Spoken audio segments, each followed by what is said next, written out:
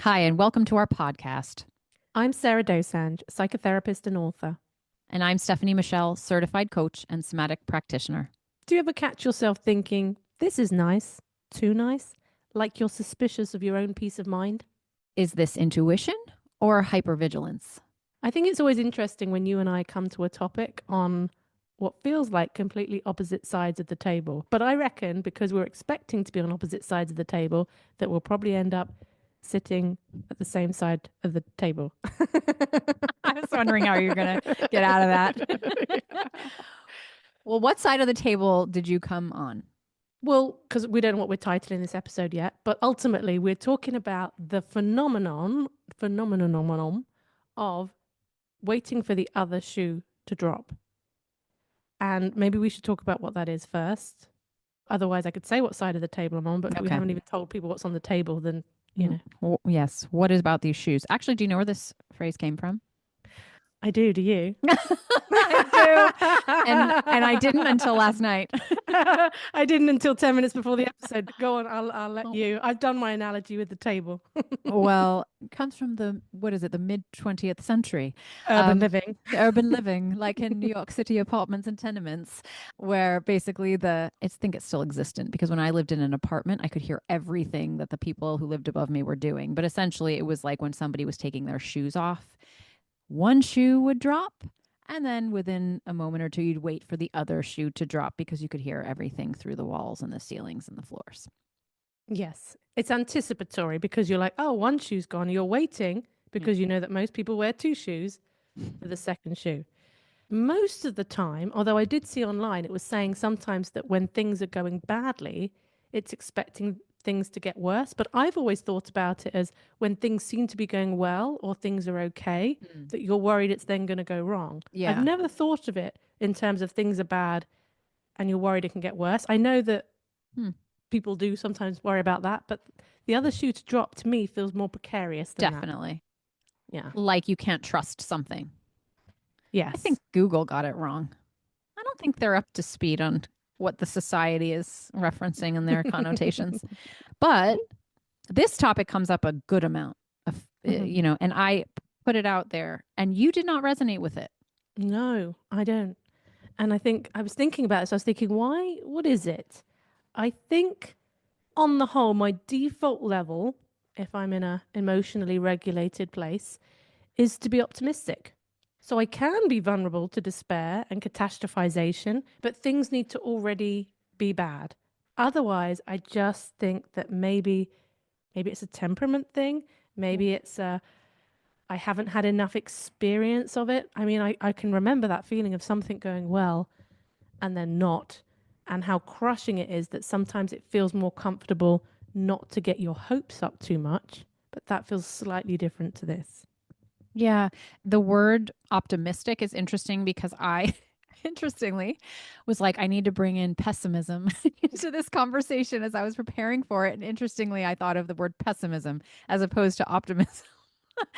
Which just goes to show, and perhaps temperament is a part of this. And I think there's a nature and a nurture in it. But what you said was when you're feeling regulated, which is maybe most of the time, maybe that's baseline, unless you're not feeling regulated, which would be the exception, that you're looking at the glass half full. Whereas what I experience is baseline dysregulation, with the exception of sometimes being regulated. And so most of my state was always in dysregulation. And so I was always looking at the glass half empty. And that was I was always waiting for the worst thing to happen. And that was where I was coming from. Well, because I find people will say this when things are going well. So when things are going well, for me, if things are going well, I feel regulated because things are going well. But if we're looking at it through the lens of regulation, there's something about not feeling regulated or reassured by things going Right. well. Yes.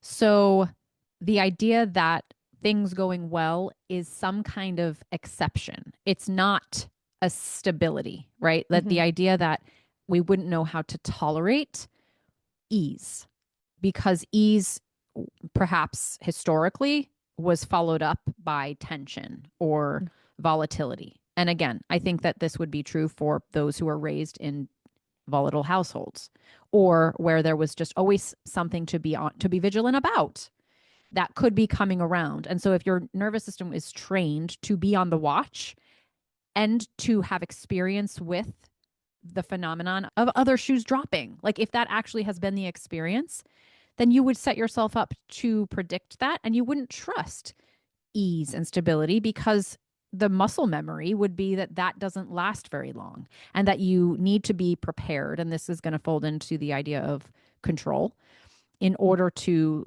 cope, in order to not be caught off guard. And it would feel like the most intuitive thing to do is to not get too comfortable, because you're going to have to get uncomfortable. So you might as well brace for it. Well, I think, yes, life goes up and down. So you are going to become uncomfortable. Let's say something happens that takes you off guard. What's so terrible about being taken off guard? I Uh, think I'd prefer to be in ignorance and yeah. then the thing suddenly Well, happen. Thinking of my kitty cat went to be neutered on Friday. And of course, he had absolutely no idea what's happening. He's just like blissfully unaware. And then he goes, he has his surgery, and he comes back and he's fine.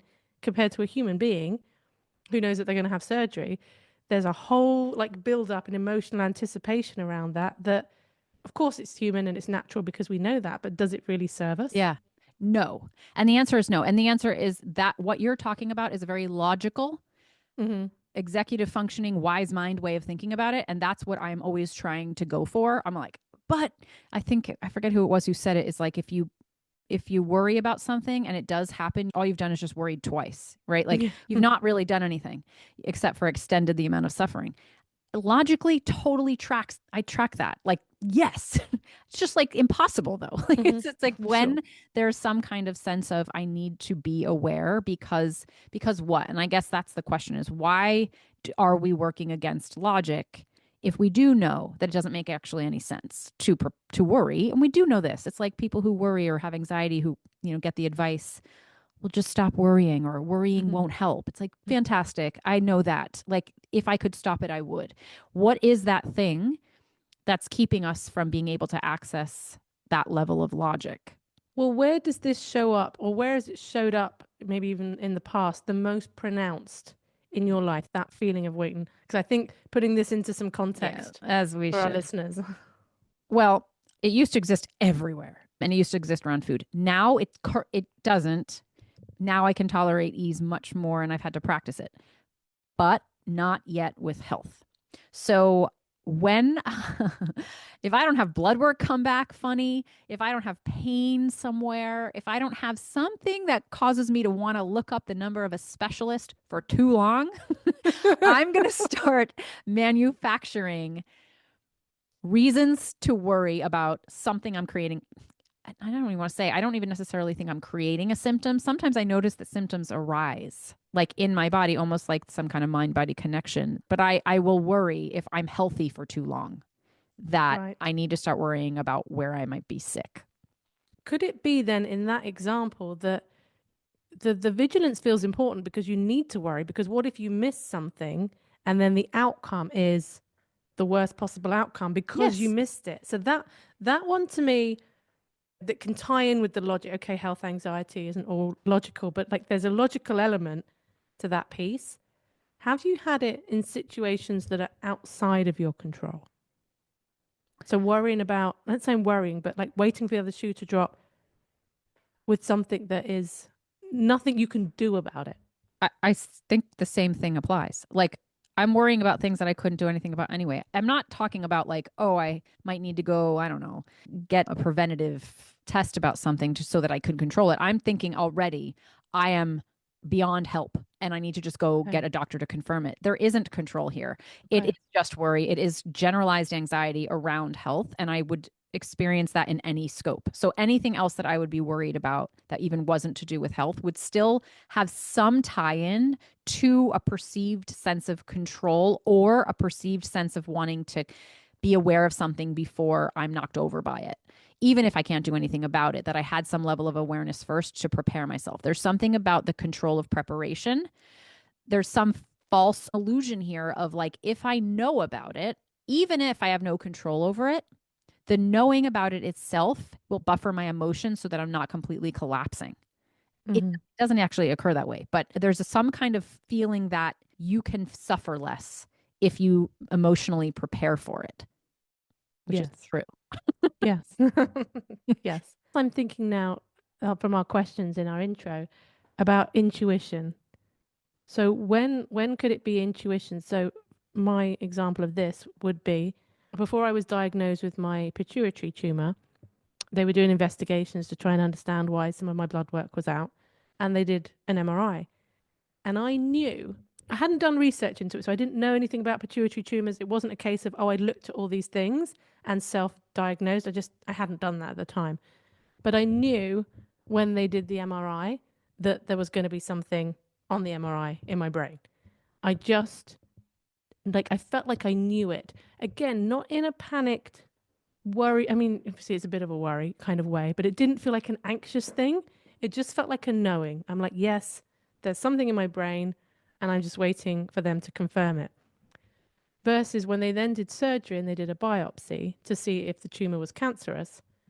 Again, I don't think this was just optimism because it just felt like I knew. It wasn't like, oh, I'm sure it's fine. I Mm, felt like I just knew it was benign. yeah. And even before they did the surgery for the biopsy, I remember thinking, like, I know this is benign, but I'm not, I'm still going to be sensible about this. If they're saying it's a good idea to biopsy it, am I going to just go off this gut feeling that it's benign? Right. No, that would just feel like just a silly thing to do, really. So, in that aspect, one of them was like, oh, okay, there is going to be some news here that is going to be difficult to hear. And one was obviously a more positive outcome. Have you ever had a sense, or how do you feel about being in touch with your intuition about things that you can't fully know yet? I think what you're describing is actually the key. There's something about the regulated knowing that's not anxious. It's not doing that busy, despairing, urgent thing. It's actually calmer. A knowing that comes from intuition, I'm learning, is it's almost like this wise old lady inside of me that's sitting there like she's just chill. She knows something, but she's not all freaked out about it. Whereas the difference between intuition and fear or anxiety is the dysregulation. So I'm beginning to understand the difference between when I've got a dysregulated, anxiety driven, shoe dropping health concern, because it feels a certain way. It feels like anxiety. It feels the same as it did about every other thing I've worried about that's been driven by anxiety. Like there's a certain character to it that I now am like, oh, that's different than those times where I'm like, there's some chill lady in the background sitting there being like, I just know something, but I'm not all riled up about it. And I've only recently started to understand that intuition. And even recently I have an ovarian cyst right now. And I knew in the back of my mind that the old lady in the rocking chair was like, this is fine. Like this is just a thing. But I also had layered on top of that extreme amounts of anxiety, and I knew it. I knew that there was a difference between what I was doing with the information from an anxiety point of view versus some larger knowing. I just couldn't get rid of the part in front of it, even though, yes, I could sense something different behind it. I love this image of the old lady in a rocking chair. I really like that. It actually, I don't know if you'll appreciate the comparison, but it reminded me of something that Byron Katie shares in her story, where she talks about during her spiritual awakening, for a period of time, she would see this old woman who would just be there and would be present. And she was like this wiser presence that helped her to get in touch with this sort of wiser part of herself. And then after a period of time, like she no longer saw her and she was gone. It kind of made me think like that. And I wonder, I don't know, I wonder how real and available she can become for you, even when you are right in the dysregulation. Not saying it's going to be enough for you to just go, I feel completely calm. Am I never going to problem with anxiety again?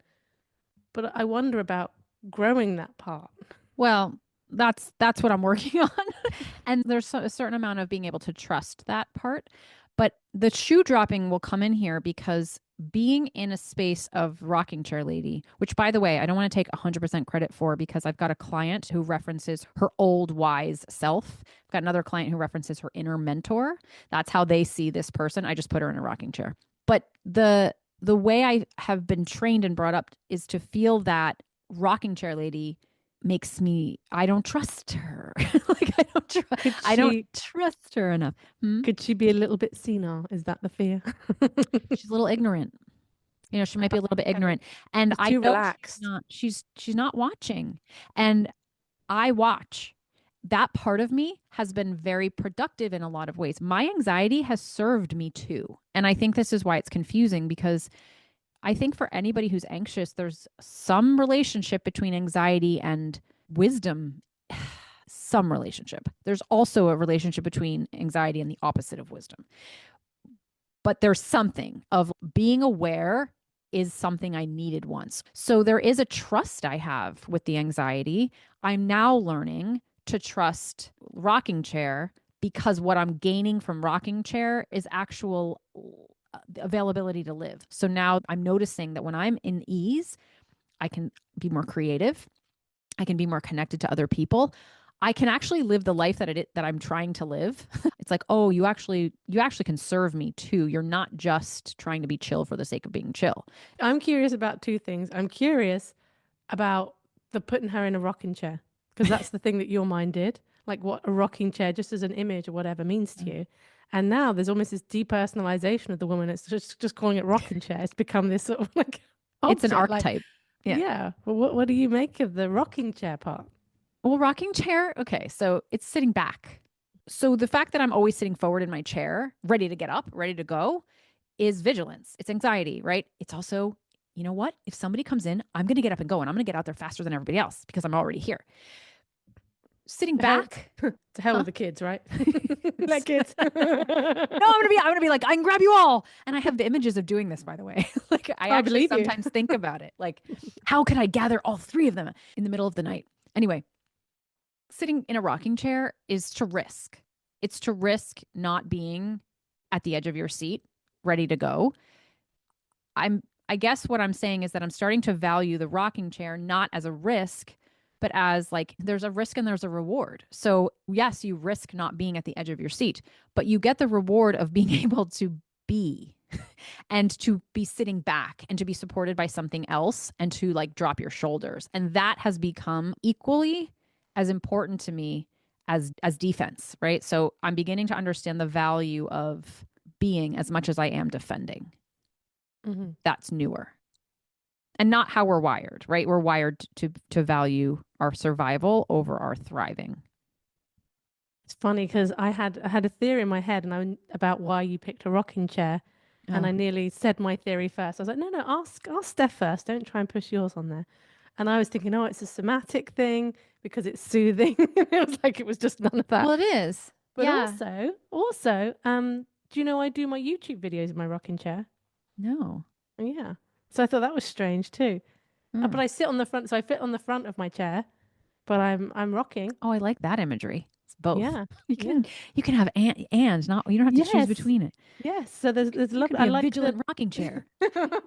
I like the being able to kind of move about a bit, but and, I don't move too. I don't want to Oh. be distracting to people, but have a little look at some point. I think that's fantastic. I think that it makes me feel a little sheepish to not have thought of that, but like this idea of you could be both. Hmm. Mm. I also thought, am I the lady in the rocking chair? Can I be the lady in the rocking chair? What would Sarah say?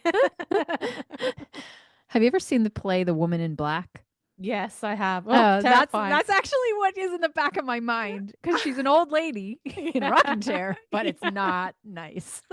So I saw that, and then the next day I came down with a fever, and it was the only time I've had a fever where I've had, because obviously I don't even have a mind's eye, right? Aphantasia, where I was almost hallucinating, and because I had seen that the night before, I just kept like in the corner of the room, envisaging like the scary bit of the woman cackling or whatever, shrieking, whatever it was she was doing in the rocking chair. I can't even Zooming in a remember. rocking chair like super fast. Yeah. Yeah. I saw it in London actually for the first time What year? in 1999 or Oh, okay. 2000, one of them. Oh, yeah. Mine would have been a bit later, probably about 2004 Mm. in London. Oh, Could you wouldn't that have been imagine if we'd been in? funny? I know, wouldn't it? Yeah. Oh, you were the American that was talking in the really loud Sitting next voice. to you, like at the edge of I her seat. think I shared my Maltesers with you, no? Yeah. So the antidote, right? Okay. the other thing that I notice about being a person who waits for the other shoe to drop versus not being, as much as I have access to that sometimes, is peripheral, like kind of some kind of peripheral awareness, as opposed to this concentrated awareness of the problem. I notice that when I'm more rocking chair-ish, I see a problem. It's not like I'm not ignorant to it.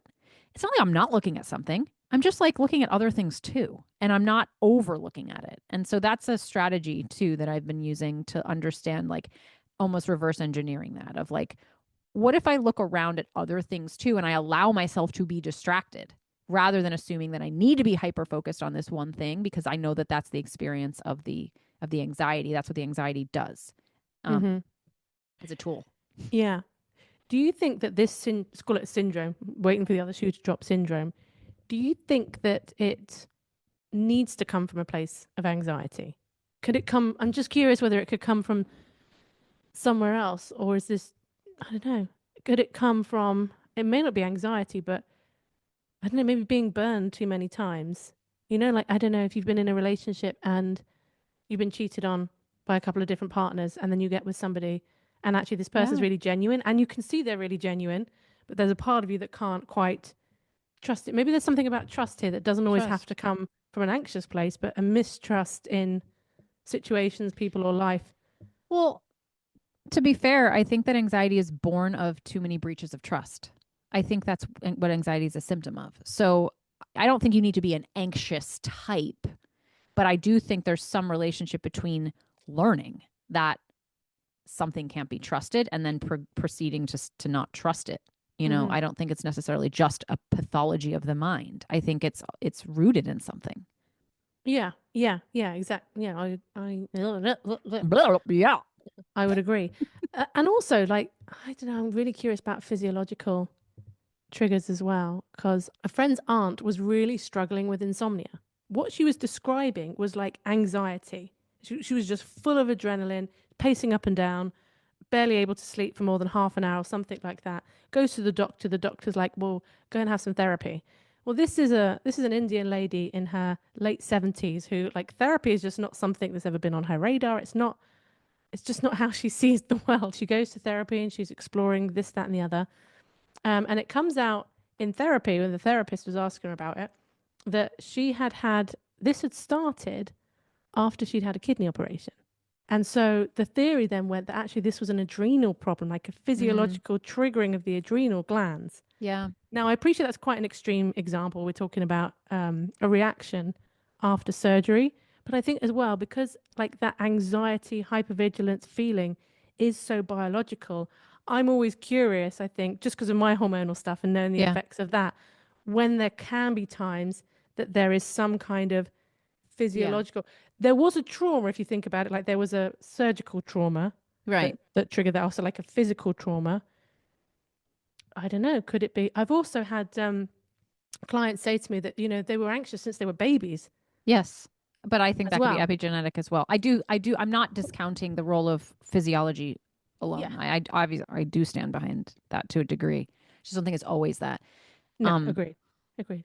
and hormones as well. And I know that you just mentioned that, but we see people who are going through menopause as well as probably puberty, if I think about it, and postpartum and things like that, where, I mean, I know for myself too, that my pessimism Mhm. ramped up during these periods of time. And it wasn't because I was necessarily different or that my history with trust had changed. It was just that there was something going on internally that was creating almost like a perfect storm for like danger to go up or sense of threat to go up. And yes, I do believe that the hormones must have something to do with that for Mhm. sure.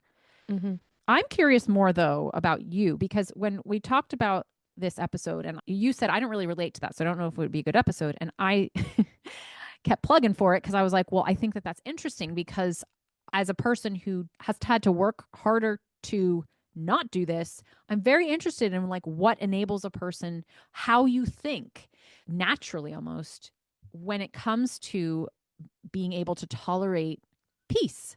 Like, how do, let me just ask you some questions if you don't mind. No, of course. If things are going well, do you ever get a thought, I guess? Does it occur to you that this is as good as it gets and like the only way to go here is down? not in so many words, but I can certainly speak to what you're saying. Sorry, I don't know why that made me laugh. I think when I am in a place of peace and calm, I'm feeling okay, life's going okay. I feel like, oh, this is how things are supposed to be. Like this is baseline, Okay. right? And then sometimes like really good things are going to happen. There's going to be some excitement or a spike of joy or something, and we go above baseline.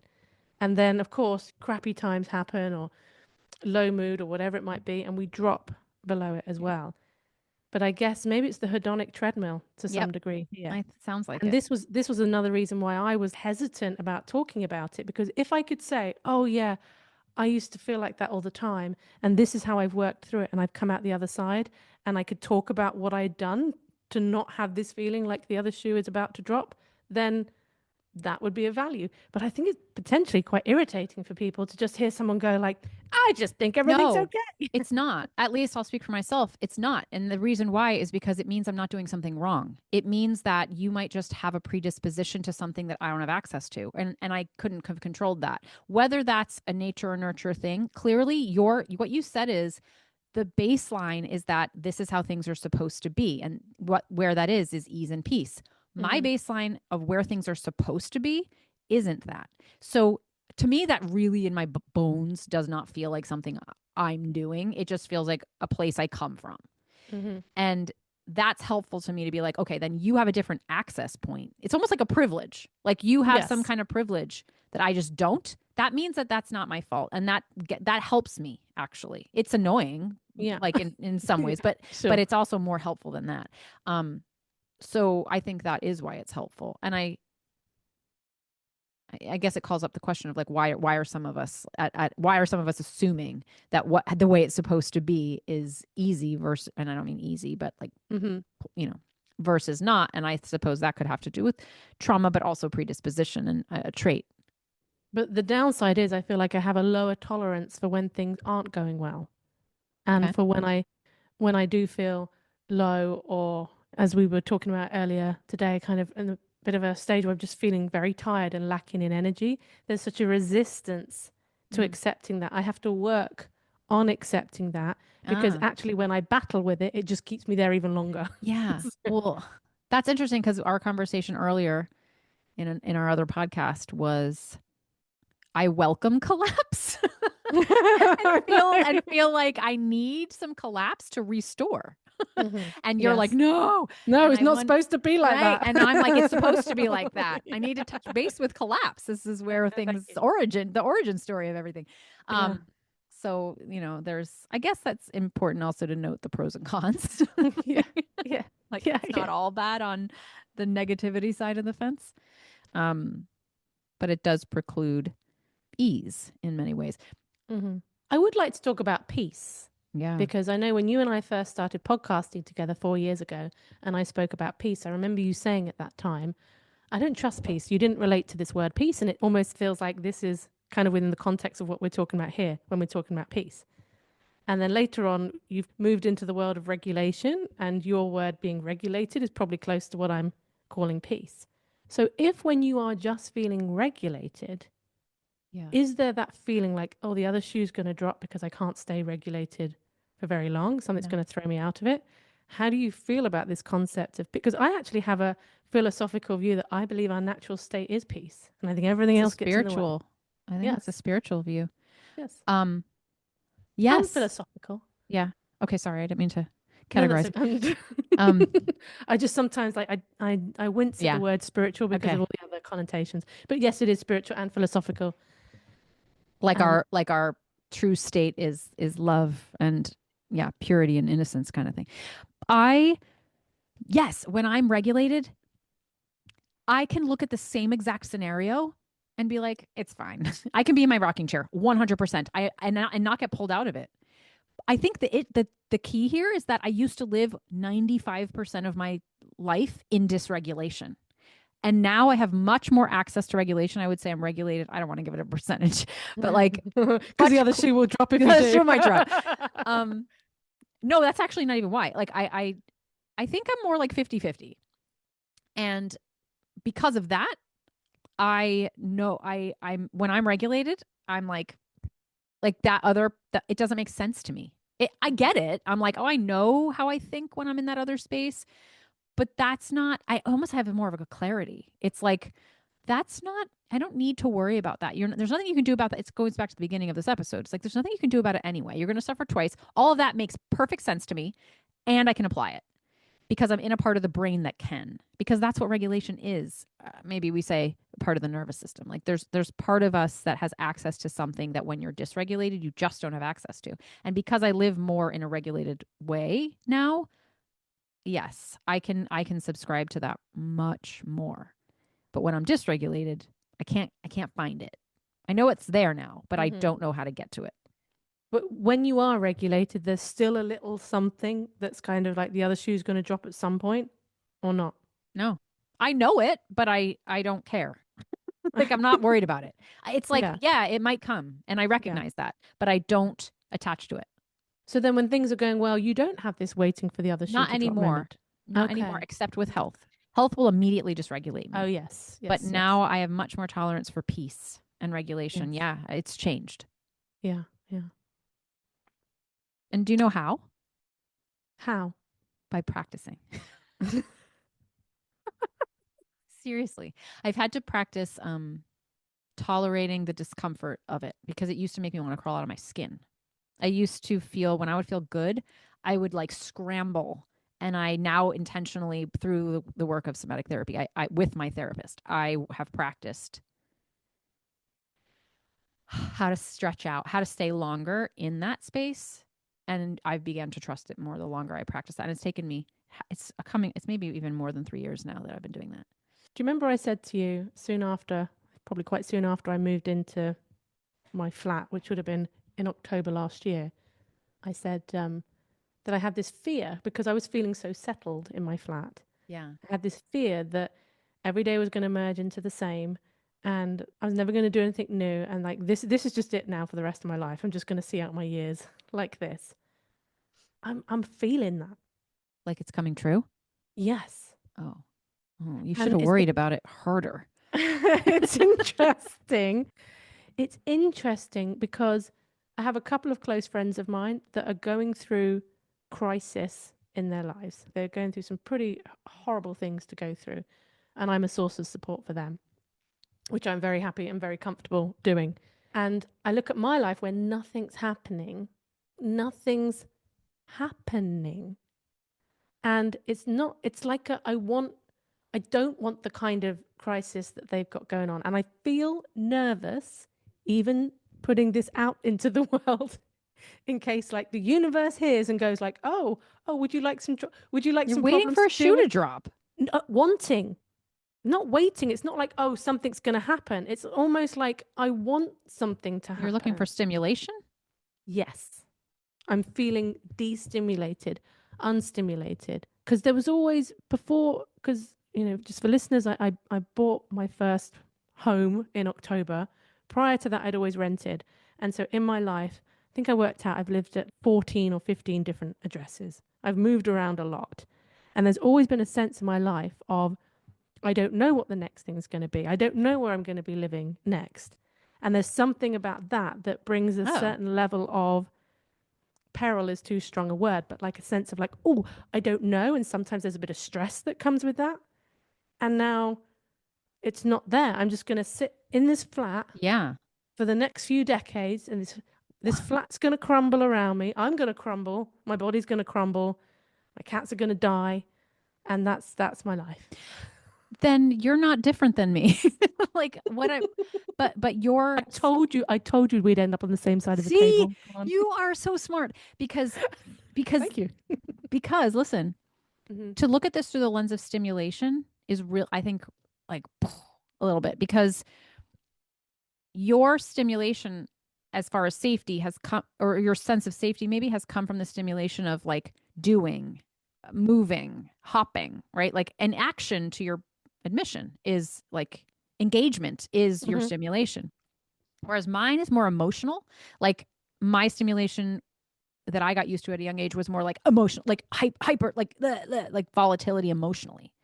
So if I'm not having emotional volatility, which I'll produce on my own, like I don't feel safe. Whereas yours might just be housed in stimulation via, what would you call that? Like not moving per se, but like home kind of sense, right? Like, Mm-hmm. so you are seeking it.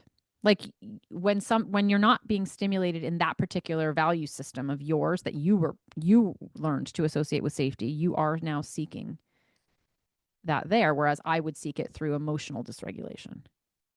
Yeah, I can see the dynamics there. Just with the idea of waiting for the other shoe to drop, that is a sense of foreboding that something bad is going to happen.